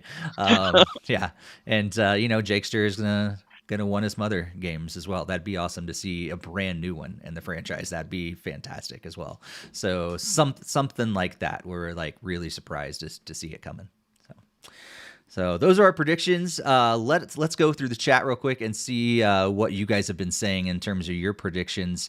And Greg and Barry, if you guys can kind of be looking through too, if I miss any, feel free to let me know. Looks like Logan said that Steam Deck has a rough start, but is solid by the end of the year as Proton adds more game compatibility. And then his second one is Switch will get the FF Pixel remasters. Is that Final Fantasy. Final Fantasy. Okay, I was assuming that's what it was, but I wasn't sure. And then that's all I can think of. Let's see. Looking through the rest of those. Dave has a bunch. Dave's got a bunch. All right, Oh, there they are. Dave says Breath of the Wild sequel is not releasing this year. So far we're Dave's on the Nintendo Fuse team. So far we're half and half, 50-50 if we get that one right. And then Logan has he was just referring to his last ones. Dave also said that we're going to get Wind Waker on Switch, but it will be the original GameCube version of the game because Nintendo. That's all. Also, that DK94 will get a remake of some type of some type of re-release on Nintendo Switch. The Game Boy game specifically, he says. Okay. That's what DK94 is. Oh, DK94 as in on Game Donkey Boy. Kong Okay. 94. Yeah. Okay, gotcha. And then Jakester says we could see the return of Mario versus Donkey Kong or the Mini Mario series. That would be exciting. That was a series that I really enjoyed. I didn't realize how much I would enjoy that series. Did you guys play it much? Nah, not after DK60 or 94. I really loved all those series until I never got the one on Wii U and 3DS, but I think like all the other ones before that I really enjoyed playing. Okay. Dave also said we'll get a remake of Fire Emblem Genealogy or of the Holy War, so that'd make double Greg points. really excited. Let's see. Dave also said an obscure Nintendo IP will return, so we're thinking the same, Dave. I love that part. I wouldn't be surprised by it, but I also want it to be obscure. I wanted like, what in the world is this thing that they brought it back? Like the ones they brought back last year was kind of like really caught people off guard. That's awesome. And then let's see, any others like Famicom Detective Club. He actually referred to it later. Any other predictions? Jesse says Premium Edition Games publishes the highest quality releases of all the limited publishers. What? That's already coming true. I mean, Yeah. can I say that's already going to happen? That's a safe one. You win. He's safe bet. He's in cahoots with Barry. Let's get him. And then Hey, just had a meeting earlier before this podcast. Can't say anything else. Though. Any scoops? No. Let's see. Rocky says, I think that another Game & Watch handheld will be released at some point. I would bet that is going to be the case as well. I think they're probably not going to stop at Mario and Zelda. I don't know what else they would release. Kirby. But something. Yeah, so I saw some prediction of Kirby. Yeah, I'm thinking it would be Kirby with Kirby's anniversary. They're already trying to talk that up for this year. That would make sense. And they seem to actually do Kirby's anniversary on Legend of Zelda. That's true. Well, they could put 5 Game Boy games and then Kirby's Adventure and call it a 6-in-1, and it would all work on on the Game & Watch. Right. I mean, that original Kirby game has been released for like every console since, so it makes sense to put it on Game & Watch. Yeah. What Game & Watch game would they switch over to have Kirby star in? That's what I want to know. Ball would be the. I think they did Ball, but that would be that would perfect be the with Ball. obvious, but no, they never go with the obvious. They put him in Parachute. That could work as well. I was thinking Mario Brothers, or Wrecking Crew, or whatever, something like that. Just completely change it up. Yeah. Mario Cement Factory. There you go. Maybe we'll get that. We're going to talk about more Kirby in just a little bit. And actually, we can talk about it right now. As you guys look forward to 2022, beyond our predictions, what games are you guys excited to play this year? Like what are ones that we know that are coming out beyond our our predictions and stuff like that? But there's a number of different games that we know for sure that are, at least as of right now, that are set with the 2022 release date. Which ones are you excited to check out this year? No matter what, like this is definitely going to be a game I'm going to be playing. Barry, any come to mind? Pokemon Legends Arceus is one. Strangers of Fantasy, Final Fantasy Origin is another. Bayonetta 3 is another. Um, let's see. Those are like the big ones. Final Fantasy 16, if it came out, would be fantastic. Trails of Zero, of course, and any of the that one's coming out. Like get the Crossbow games going on. Uh, those are like the big ones. I'm sure there's some obvious ones. If you were like, oh, Kirby, duh, we were just talking about Mhm. Kirby. That's I don't have a list. I didn't do a list this time, but I'm just going off the top of my head. Sure. But those ones for sure, and I'm sure there'll be more if they do come out. Cool. Greg, how about you? Yeah, I also didn't make a list, but I was able to quickly open up Nintendo's coming soon list for 2022. So I was able to get an actual list like to read off. So Splatoon 3, me and Belle have absolutely loved the Splatoon 2 together. So I'm definitely looking forward to the next one. The Advance Wars, I've never played those, and I've heard they're very good things about those and how they're very Fire Emblem-esque, but with like tanks and planes and stuff. So I was definitely excited to check out Advance Wars 1+2 Reboot Camp. Triangle Strategy, I've already mentioned previously on the podcast. That really excited to see another game similar to Fire Emblem that will actually be outcoming this year. Um, and then Mario and Rabbids Sparks of Hope, I'm hoping to really excited about. I was just saying how I was playing the first one at the very beginning of the podcast. And then I guess if Hollow Knight Silk Song comes out this year, I mean, I know it was supposed to come out last year, but if it comes out this year, I'll be excited to play it. If not, then I'll still look forward to it when it does come out. Cool. I was just looking back at the chat. I missed this. Jesse said, "Bring back Gumshoe." Yes, that's all I went. Yes, absolutely. We need to bring back Gumshoe. Um, yeah, you guys have mentioned Pokemon Legends. I'm interested to see how that plays out. I'm excited to see where they're going with this franchise. It's interesting to hear a lot of people are not so excited about how it looks and different things like that. But I really couldn't care less about that sort of thing. I'm really excited about the direction they're going with Pokemon with this and trying out some new stuff. So that's exciting to me. Bayonetta 3, I think I'm just excited to finally see it actually come out. I may or may not play it, but I'm just like excited for it to finally be a thing. Splatoon 3, I'm still on the fence about. I don't. I would rather them just update Splatoon 2, but I get it. So I don't know, kind of on the fence about having another game. But Jakester agrees with me. He's never been excited about a Kirby game before. Me either, but I am excited about Kirby and the Forgotten Land. That game looks fantastic. And like it was the last, I don't remember the last time when I looked at the comments on YouTube for a Nintendo video and consistently saw incredibly positive comments, one after another. Just so many people that were also really excited about this game. So that one, Teenage Mutant Ninja Turtles, Shredder's Revenge.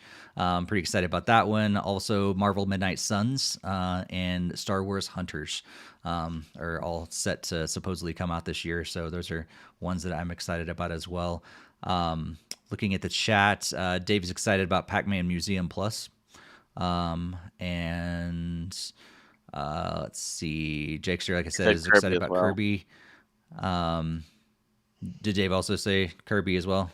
Yeah, right above that. I feel like Kirby. so many people are saying Kirby. It doesn't surprise me.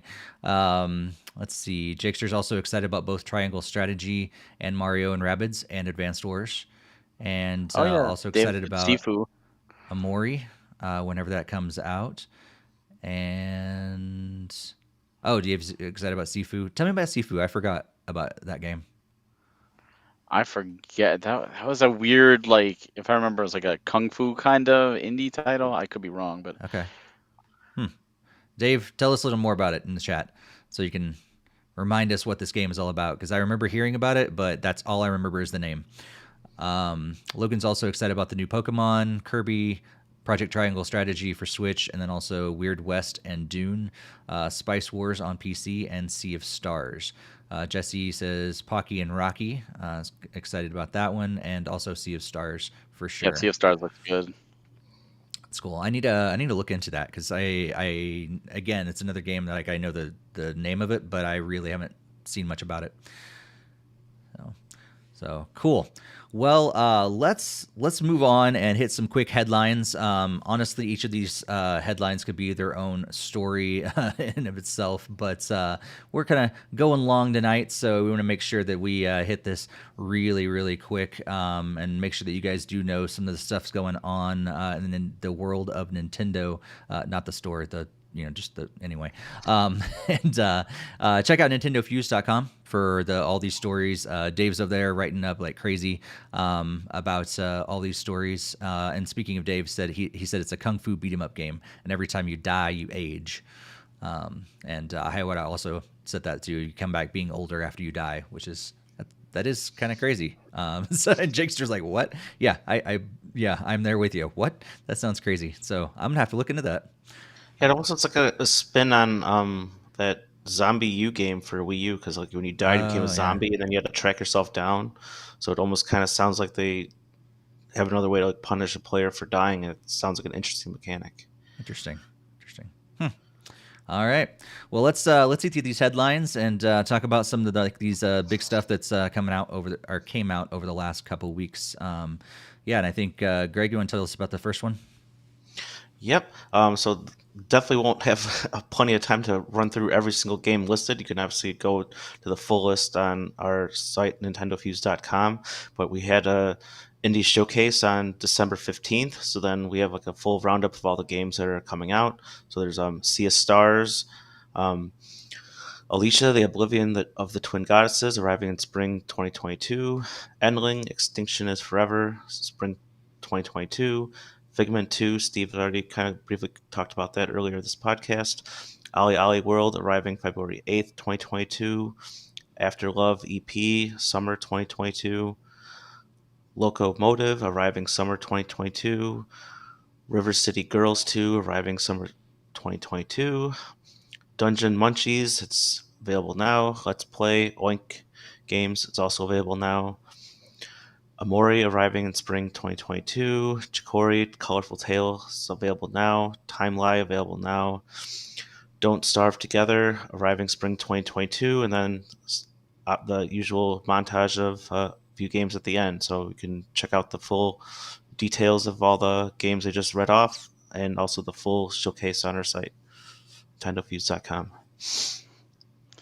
Another thing that happened right after our last podcast was the Game Awards 2021, where Nintendo was up for 7 awards. 7 awards, including a Game of the Year. And at the end of the day, despite having 7 nominations, including one category, which was Best Family, and they own that category, save one game, they lost it. And the only award they wound up taking was Metroid Dread took home Best Action Adventure. The only one from Nintendo for the year, so a little disappointing. But congratulations to the team over at Mercury Steam for Metroid Dread. We were just doing some discussion on Kirby and the Forgotten Land, so they have a new trailer and some new information regarding the game, so you can also see that on NintendoFuse.com. But pretty much the new trailer reveals some new abilities that Kirby will be able to use in the new game, including like the Drill and Ranger ability. There will also be a co-op mode to have a second player join in as a Bandana Waddle Dee. So there's also some new information regarding like the Waddle Dee town, the central hub, and it's more of like let's see, the town develops as more Waddle Dees are rescued as you progress through the game. And there's also some mini games that can unlock, which includes the Waddle Dee Cafe, where Kirby has to quickly prepare customers' orders to keep them satisfied for a high score. So stay tuned for till March 25th for Kirby and the Forgotten Land, releasing on Switch. Speaking of trailers, Nintendo and Game Freak also released a Pokemon Legends Arceus gameplay trailer. It's a 13-minute trailer.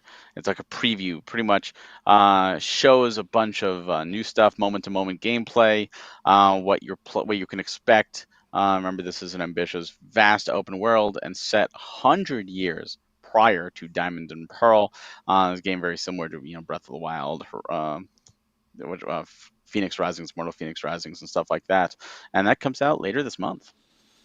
Nice. Yeah. So quickly, what do you guys think? Any of these stories that you want to kind of add extra comments on? Barry, any thoughts about Indie World, Game Awards, or Kirby or Pokemon? The Indie World was good. It was a surprise. I really wasn't expecting an Indie World. Figment 2 is one that caught me by surprise. I hadn't heard of Figment 1. River City Girls 2 looked great. I love the River City games. Sea of Stars, like we've been already talking about. Those ones really, got to me the most, I'd say, from there. Game Awards were a little disappointing. I wish Nintendo took home a little more. And it would have been nice to see a few more surprises. Nintendo didn't show off anything at the Game Awards, so it's kind of a little dry. And I don't really need to see more Kirby or Pokemon. I know I'm going to get them. I know I'm going to try them. I'm hoping they're both great. I guess we're going to find out. Nice. Yeah. Greg, any further thoughts from you? Pretty much the indie world is something I also kind of forgotten, never even watched it to begin with because it was just a really busy holiday season. And so pretty much was like, wait a minute, there was technically a Nintendo Direct and I haven't seen it yet. So that'll be something I'll be definitely doing before the next podcast along with the Eastasiasoft thing. So as Barry said, it would be nice if Nintendo had more take-home wins for the Game Awards. I mean, kind of surprised that Dread didn't get Game of the Year, but I guess it's pretty hard for Nintendo to even win that category. It seems like these days, anyway. So, um, yeah, I'm actually thinking I might be getting the Kirby game because it's been sounding really, really good, and I've never really dove into Kirby before, and I'm really interested to start going back and playing through the older games and checking out this new one at some point this year. I think that was going to be a homework assignment I give myself for this year. Yeah. I'm with you guys on Kirby for sure. I said this earlier, but yeah, never been excited about a Kirby game, but this one looks really great. Kind of on the fence about Pokemon. It's cool to see more from it as well. I always wish Nintendo could run away with more awards, the Game Awards, but it's just not their thing. And kind of seems like things are happening in certain ways. I'm not going to be a conspiracy theorist, but it seems like certain people might be paid off. But anyway, It's so funny to hear you both we never interested in Kirby games, and I can distinctly remember getting Kirby's Dream Land and being excited for it and seeing the commercial, and really? and I've gotten every Kirby game since, and I've always loved Kirby.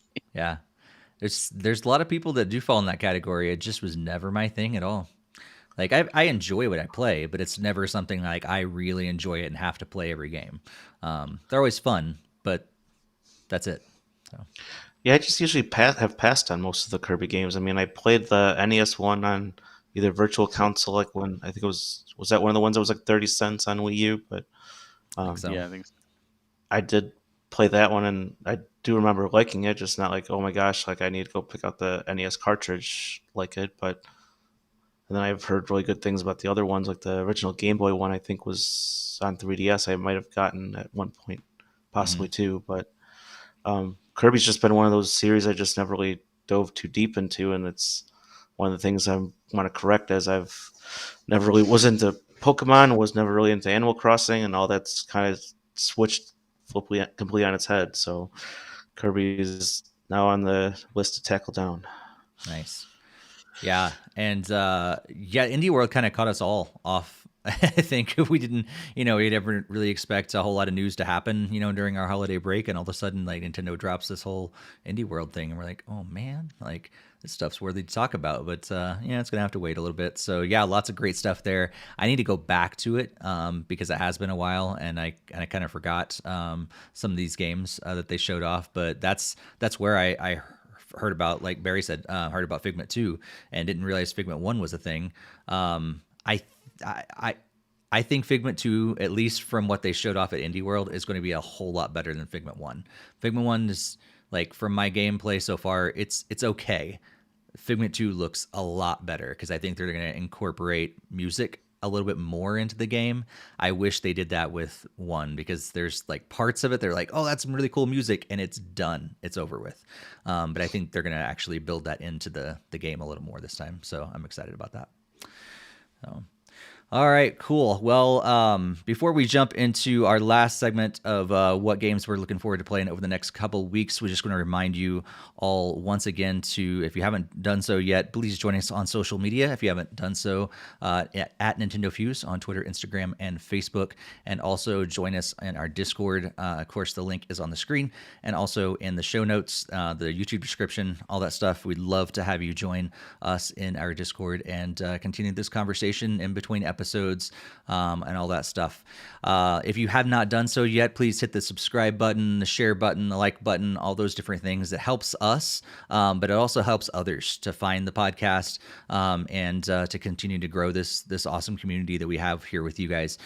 So thanks for doing all those things, hitting those buttons and leaving positive reviews, comments, all those different things. That's a huge help. So thank you so much for everybody that's joined us in the live chat tonight. We had a lot of action over there, which is really awesome.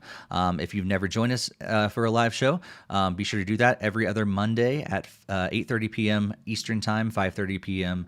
Pacific Time. We'd love to have you there, and we stream live on YouTube and Twitch. But let's jump into this last segment before we wrap up and talk about games that we are excited to maybe check out or play over the next couple weeks. And this would include, games that maybe we haven't got a chance to play just yet, or maybe they're games that are actually going to be coming out brand new over the next couple weeks. So I'm going to kind of be scrolling through the list here on Nintendo's website as you guys talk about these and everything, but just kind of give you guys a visual of what's coming out over the next couple weeks. But Barry, what are you excited to be playing before we talk next on the podcast on January 31st? So I got two games to play for review: Breakneck City and Demonica from Eastasiasoft. So I'm gonna try and get through those before Pokemon Legends Arceus comes out. That's my goal, while still doing Animal Crossing, while still doing Pokemon Unite, and while still doing Final Fantasy XIV.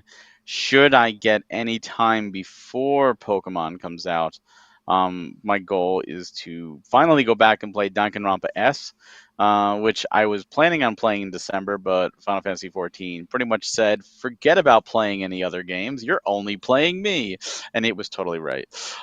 So that's my goal. If I don't get to do it before Pokemon comes out, then I plan to do Danganronpa S after I finish, or I decide, I'm done with Pokemon. Still have SMT5 to go back to. I don't know if at this point if I'm going to be able to go back to it, because there's just too many games coming out, that I want to play, and then too many games for review and too many games for stuff for premium. So playing a lot of games, which is a total first world problem. Boo hoo me, I know, but it's crazy. It's crazy. Absolutely. Greg, how about you?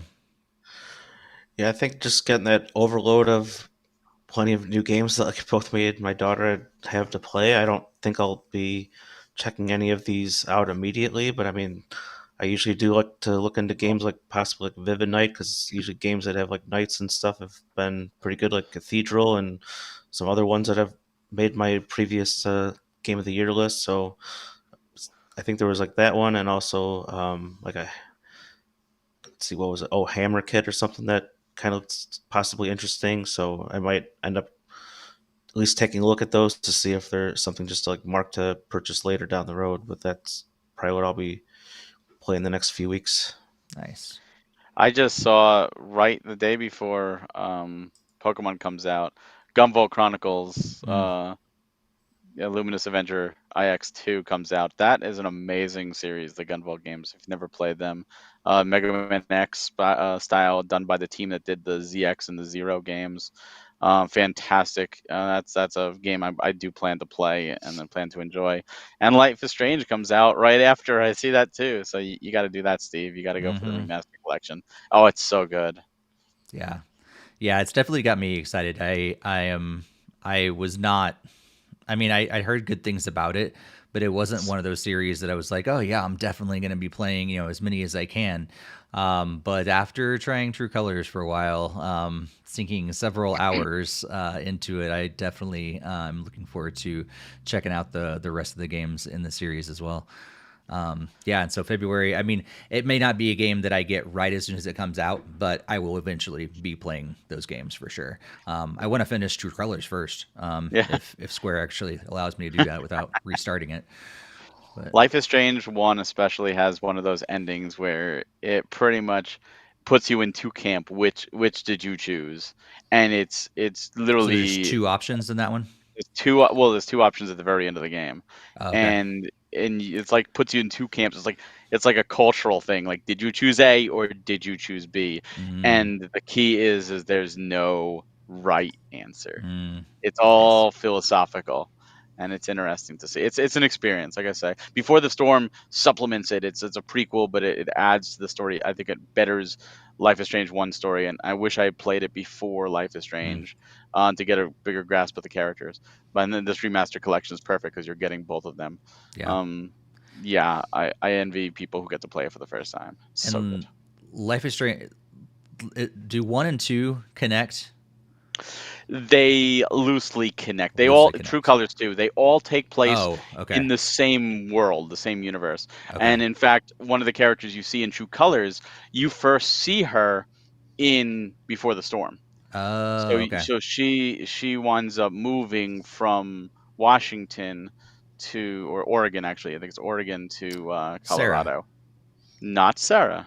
Oh, okay. Because you can also Stephanie. play her story, or Stephanie. Sorry, yeah, Stephanie. Yeah. Because you can play her story. It's In DLC in True Wavelength. Colors. Yeah. Yes, Wavelengths, it's yeah. very good. Okay. Wavelengths is very good. But you see her, and she does talk about her a little bit, especially in Wavelengths, her time at Arcadia Bay, which is Okay. where the first game plays. But you see her in Before the Storm, and she's a character in that universe there. Oh, So they're okay. all set to take place in the same universe around the same time. So two is a different cast of characters, but they do go through the first game's town, and they do wind up running into a major character from the first game as well down Okay. the road. And again, Nice. your choices on one affect what you see and who you talk to and the conversations that happen in two. They Oh. also do in Wavelengths. They don't do it in True Colors, but if you play Wavelengths, it actually asks you at the beginning of the game, what was your choice at the end of one? Did you choose A or B? Oh. Like, it's that big of a thing that it carries into the other games. Okay. So if you didn't play it, Then you just pick. You okay. just choose. Yeah, It- that's cool. It's They're all tied together. minor things. It's just world building. Yeah, because I didn't feel like I was missing anything having not played the No. other games by True Colors. I You was don't. immediately within the first like 3 minutes of the game or 30 seconds of the game, I was totally in already. And True Colors it's a separate standalone, just like 2. You don't have to play them all. Before the Storm and 1 do 100% directly connect though, which is why Okay. they're being released together. Gotcha. Cool. So yeah, sorry.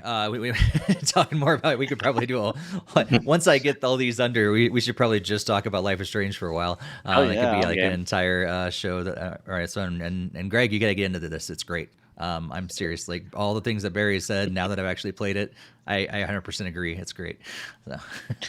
Little do you know, I've already got like the page open. I've been looking over the details of this game. So Nice. Oh, it's so good. It's so good. Nice. Then there's Captain Spirit too, which connects to 2. That's a man, that pulls your heartstrings, man. Prepare to cry in these games. That's all I have to say. Yes. Like, Oh my gosh. Like they're more emotional than I expected.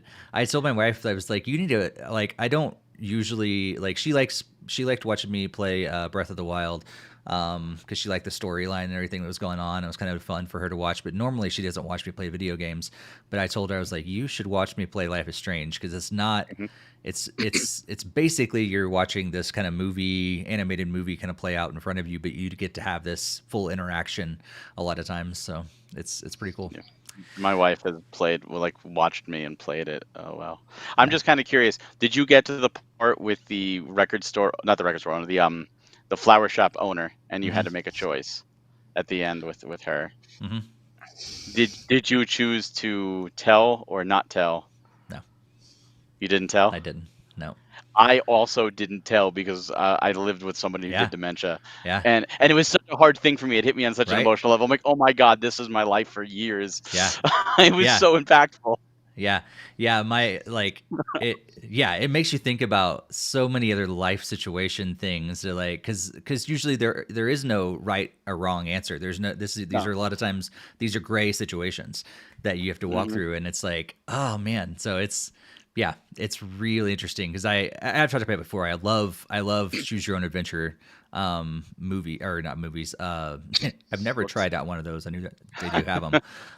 But books, like growing up and everything, and you do get to, like, I know you can, like, kind of go back and make different choices if you want to. You don't have to do it right away. You can reload from the last save Yeah. point and stuff like that if you choose to, or you can replay the whole game multiple times and choose different things Mhm. on purpose. So it's just really exciting to me. I don't know. So You'll like visual novels then. That's all I'm gonna say. You'll love yeah, visual novels. nice. So anyway, before we turn this into a Life is Strange podcast, we'll go ahead and wrap this up. Yeah, Barry, anything that you could be doing over the next couple weeks beyond playing games? Any podcasts you're going to be on, or different stuff that you want to talk about? Just we'll probably be recording a new Switch Mania playcast here. I know Jeff wanted to record one earlier today, and I'm like, I just don't have the time. I got to finish letter. So probably we'll have one of that, and definitely say stay tuned to premium stuff. We have a lot of things going on. Had a meeting just before this. We have more meetings lined up. We have some exciting stuff in the works. But no other guest spots at the moment. But I am working on lining up some stuff. Cool. Greg, anything big happen in your world over the next couple weeks? No, I don't think so.